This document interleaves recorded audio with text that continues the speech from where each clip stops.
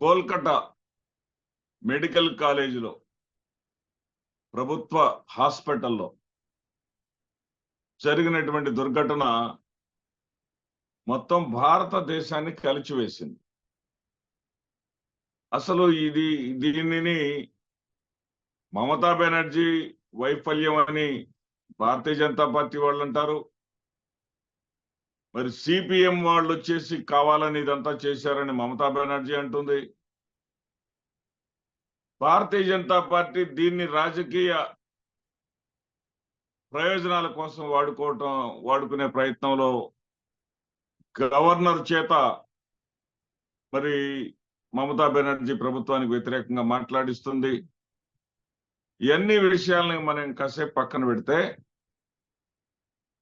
అసలు ఈ విద్యా వ్యవస్థ చదువుతున్నటువంటి పిల్లలు ఈ రోజుల్లో మెడిసిన్ సీట్ అంటే దాన్ని జాతీయ స్థాయికి తీసుకొచ్చిన తర్వాత నీట్ ఎగ్జామ్ పెట్టిన తర్వాత ఆమె ఇప్పుడు ఎండి సెకండ్ ఇయర్ పల్మనాలజీ అంటే ఊపిరితిత్తులకు సంబంధించినటువంటి విభాగంలో ఎండిగా 2వ సంవత్సరం అంటే ఎంబీబీఎస్ పూర్తయిన తర్వాత పీజీ కోర్సులో సెకండ్ ఇయర్ లో ఉంది అమ్మాయి. ఆ పాప ఏజ్ వచ్చేసి 31 years. కానీ ఇదంతా ఎందుకు చెప్తున్నానంటే ఈ పోటీ ప్రపంచంలో ఒక పేద కుటుంబం నుంచి వచ్చినటువంటి ఆవిడ మరి ఎలాంటి ఒత్తిడిని తట్టుకొని, ఎన్ని కఠిన పరీక్షలను తట్టుకొని, ఎన్ని ఆర్థిక ఇబ్బందులను తట్టుకొని ఆ అమ్మాయి ఆ సీటు సంపాదించి ఉంటుంది. ఎంత మెరిట్ ఉంటే ఆ సీట్ వచ్చింది ఆ అమ్మాయికి. మెరిట్ లో సీటు సంపాదించి పేద కుటుంబం నుంచి వచ్చినటువంటి వృద్ధులైనటువంటి తల్లిదండ్రుల ఆకాంక్షలు నెరవేరుస్తుంది అనుకున్న టైంలో ఆ తల్లిదండ్రుల యొక్క కడుపు కోతను ఎవరు తీరుస్తారండి? ఇక్కడ దారుణమైనటువంటి విషయం ఏంటంటే ఆ పాప నైట్ డ్యూటీ వేశారు ఆ హాస్పిటల్లో. నైట్ డ్యూటీకి పాప వెళ్ళింది. 24 hours మరి ఉండాలేమో ఆ డ్యూటీ. అంటే ఉదయం 8 గంటలకు వెళితే మరలా రోజు ఉదయం 8 గంటలకే తిరిగి వస్తారు. అటువంటి ఆడపిల్లలకి రక్షణ లేకపోవటం హాస్పిటల్స్ లో మనం చూస్తా ఉన్నాం. ప్రభుత్వ హాస్పిటల్స్ లో సెక్యూరిటీ ఏమి సెక్యూరిటీ? ఆ సెక్యూరిటీని కూడా బాగా యవ్వనంలో ఉన్నటువంటి కుర్రవాళ్ళని ఏదన్నా ఇబ్బంది జరిగితే పరిగెత్తగలిగేటటువంటి వాళ్ళని తీసుకొచ్చి పెట్టరు. గ్రామాల నుంచి వాళ్ళ అవసరార్థం వచ్చేటటువంటి వాళ్ళు, 60 సంవత్సరాలు పైబడినటువంటి వాళ్ళు ఏం చేస్తారు? పగలు ఫోన్ చూసుకుంటా ఉంటారు, రాత్రుళ్ళు కూని రాగాలు పోతా ఉంటారు. వాళ్ళు ఏం చేయగలుగుతారు? ఇక్కడ ముందు ఈ వ్యవస్థని మార్చుకోవాలి. ప్రిన్సిపల్ అక్కడ ఏం జరిగిందో చూడండి. ఆ తల్లిదండ్రులకి సమాచారం ఇచ్చారు, మీ పాప చనిపోయిందని చెప్పారు. మా పాప ఏంటి చనిపోవటం ఏంటి అని వాళ్ళు అర్ధరాత్రి అక్కడికి వస్తే ఆ వచ్చినటువంటి తల్లిదండ్రులకు కనీసం 3 గంటల సమయం తీసుకున్నారండి చనిపోయిన వాళ్ళ బిడ్డ యొక్క పార్థివ దేహాన్ని చూపించడానికి. ఇది పూర్తిగా రాష్ట్ర ప్రభుత్వ వైఫల్యం. ఖచ్చితంగా అక్కడ ఏదో జరగరానిది జరిగింది. ఈ ఇద్దరు వృద్ధులైనటువంటి ఈ పేరెంట్స్ కి అమాయకులు కాస్త, వీళ్ళకు తోడు ధైర్యం కోసం ఒక పొరుగింటి ఆవిడని, ఒక కాస్త ఎడ్యుకేటెడ్ పర్సన్ ఒక ఆమెను తెచ్చుకున్నారు. ఆవిడ వస్తే చూస్తే క్లియర్ గా అర్థమైంది ఆవిడ రేపుకు గురైంది. ఏంటంటే ఒక కాలు ఒకవైపు, ఒక కాలు రెండో వైపుకి పంగ చీల్చి పాపం పెదాల వెంట నెత్తురు, కళ్ళ వెంట నెత్తురు. ఆ దారుణమైనటువంటి సన్నివేశాన్ని చూసి మా అమ్మాయి ఆత్మహత్య చేసుకుందన్నారు, ఈ రకంగా కిరాతకంగా చంపారు కదమ్మా అని తల్లిదండ్రులు బోరును విలపిస్తే అప్పుడు నిజం చెప్పారు, ఎవరో రేప్ చేసి చంపారు అని. అది ఆ రేప్ అనేది ఒక వ్యక్తి చేసింది కాదు.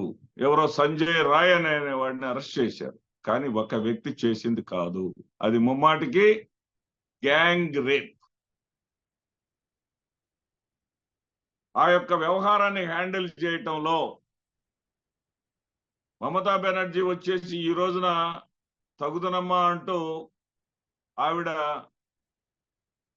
బాధితురాలు పక్షాన నిలబడి కొంతమంది ఆడపిల్లను పక్కన పెట్టుకొని ఆవిడ నినాదాలు చేస్తే చేయవచ్చు, కానీ రాజకీయం ఆవిడ కూడా చేస్తే చేయవచ్చు, కానీ ఈ వ్యవహారం మొత్తాన్ని హ్యాండిల్ చేయటంలో ఆవిడ పూర్తిగా వైఫల్యం చెందింది. ఇక కొంతమంది ఉన్నారు, వాళ్ళు తినేది అన్నమో లేకపోతే గడ్డో అర్థం కాదు. ఈ విచారణ గురించి, ఈ అమ్మాయి పాప విచారణ విషయాన్ని కాకుండా ఏం మాట్లాడుతున్నారు, ఆమె దుస్తుల గురించి అంట, ఆమె సమయం గురించి అంట. ఏమి దుస్తులు, ఏమి సమయం అయ్యా? ఆ అమ్మాయి పాప డ్యూటీ చేయవలసినటువంటి సమయము మీరు నిర్దేశిస్తారా? మెడికల్ కాలేజీల్లో సీటు తెచ్చుకొని, అది కూడా ప్రభుత్వ కళాశాలలో ఆ పని చేసేటటువంటి ఆ మెడికల్ యొక్క అవస్థలేంటో, వాళ్ళ బాధలేంటో ఒకసారి ఆలోచించండి. అర్ధరాత్రి పేషెంట్కి ఏదన్నా ఇబ్బంది జరిగితే ఆ సమయంలో వాళ్ళు తగినటువంటి నిర్ణయాలు తీసుకోలేక సీనియర్ డాక్టర్లకు ఫోన్ చేస్తే మీరు ఏదో ఒకటి చేయండి అని అనేస్తారు. వాళ్ళు పడేటటువంటి బాధ, వాళ్ళు చేస్తే సక్సెస్ అయితే ఓకే, ఏదన్నా జరిగితే వాళ్ళ మీద దాడి చేస్తారు. వాళ్ళు పడేటటువంటి కష్టాలు చాలవా అన్నట్టుగా మీరు ఈ రకంగా దుర్మార్గంగా వేయటం. దుస్తులంటే మరి సరే, ఆవిడ దుస్తులు సరైన వేసుకోలేదు అనుకుందాం, ఆవిడ అర్ధరాత్రి వెళ్ళారే అనుకుందాము, ఎందుకు వెళ్లాల్సి వచ్చింది అనే విషయాన్ని కూడా కాసేపు పక్కన పెడదాం. డ్యూటీ విషయాలు, ఆ విషయాలు మనకు తెలియవు కాబట్టి వాటన్నిటి మనం కాసేపు పక్కన పెడదాం. కానీ పసిపిల్లల మీద ఎందుకు దాడులు జరుగుతున్నాయండి? రోడ్లమ్మడ పడుకున్నటువంటి బిచ్చగత్తెల మీద దాడులు ఎందుకు జరుగుతున్నాయండి? గర్భిణీ స్త్రీలను అన్ని కూడా చూడకుండా లైంగిక దాడులు ఎందుకు జరుగుతున్నాయండి? వీటికి సమాధానం చెప్పగలరా? మీరు సమాధానం చెప్పలేరు. నేను ఈ యొక్క పురుషాధిక్య సమాజం ఏదైతే ఉందో, పురుషహంకారం ఏదైతే ఉందో, ఆడపిల్లల్ని కోరిక తీర్చేటటువంటి ఆట వస్తువుగా మాత్రమే, ఒక పదార్థంగా మాత్రమే చూస్తారు. ఈ భావాన్ని తొలగించుకోండి ముందు. ఈ భావం మగవారిలో లేకుండా ప్రభుత్వాలు బాధ్యతగా తీసుకొని కౌన్సిలింగ్ చేయాలి. అదేవిధంగా ఈ ఆడపిల్లలు, ఈ డాక్టర్లు కూడా, వాళ్ళు ఇప్పుడు ఆ అమ్మాయి ఏం చేసింది, అర్ధరాత్రి పూట మరి కాసేపు విశ్రాంతి తీసుకునేటటువంటి సమయం ఎక్కడ లేదు ఆవిడకి అవకాశం. ఆ సెమినార్ హాల్లో వెళ్ళి ఒక టేబుల్ మీద రెస్ట్ తీసుకుంటా ఉంది. ఇంత దురాఘాతం జరిగిపోయింది. దాన్ని కనుక్కొని అక్కడికి వచ్చి చేసి ఒక గ్యాంగ్ రేప్ ఆ అమ్మాయి మీద చేశారు. ఈ డాక్టర్లకి వీళ్ళకి, ఎందుకంటే మా బట్టి వాళ్ళు కూడా మా మనవరాల్ని డాక్టర్ చేయాలని కోరుకుంది, మాకు భయం వేస్తుంది అనమాట ఇలాంటివి చూస్తాం. మీరేం చేయాలమ్మా ఆడపిల్లలు? మీకు నేను ఒక ఎడ్యుకేటెడ్గా నేను చెప్పేటటువంటి సూచనలు ఏంటంటే, నేనే డాక్టర్ని కాదు, ఒక టీచర్ని. నేను చెప్పే సలహా ఏంటంటే, మనుషుల మధ్య ఉండండి. ఈ హాల్స్ లేదా ఒంటరిగా ఒక రూమ్ లో లాక్ అవ్వకండి. అవసరమైతే ఏం పర్వాలేదు, పేషెంట్స్ మధ్యనే ఒక బెడ్ మీద పడుకోండి. మనుషుల మధ్య ఉంటే అయినా కానీ మిమ్మల్ని టార్గెట్ చేస్తే ఆ మనుషులు మిమ్మల్ని కాపాడతారు. కాపాడేటటువంటి అవకాశం ఉంది. అదేవిధంగా మీరు పెప్పర్ స్ప్రేని దగ్గర పెట్టుకోండి. ఆ పెప్పర్ స్ప్రే వల్ల మీ మీద దాడి చేయడానికి వచ్చినటువంటి వాళ్ళ కళ్ళల్లో పెప్పర్ స్ప్రేని కానీ చేస్తే ఆ కళ్ళు మంటలు పుట్టి వాళ్ళు పక్కదారి పట్టాల్సి వస్తుంది. మీరు తప్పించుకునేటటువంటి అవకాశం కలుగుతుంది. అదేవిధంగా నీడిల్స్ మీ దగ్గర ఉంచుకోండి. మీరు నీడిల్ తీసిన వెంటనే ఏదో పొడుస్తుంది ఈ డాక్టర్ గారు ఈ అమ్మాయి అని చెప్పేసి భయంతో పారిపోతారు. ఎందుకంటే మీ మీద ఆశలు పెట్టుకున్నటువంటి, మిమ్మల్ని వృద్ధిలోకి తీసుకొచ్చి మిమ్మల్ని పెంచి పెద్ద చేసినటువంటి ఆ తల్లిదండ్రుల జీవితాలు అగమ్య గోచరంగా మారిపోతాయి మీరు వెళ్ళిపోయిన తర్వాత. కాబట్టి ఆడపిల్లలు మీరు ఉండవలసిన జాగ్రత్తలో మీరు ఉండాలి. ఈ మగవారు కూడా ఈ పురుషహంకారాన్ని వదులుకోవాలి.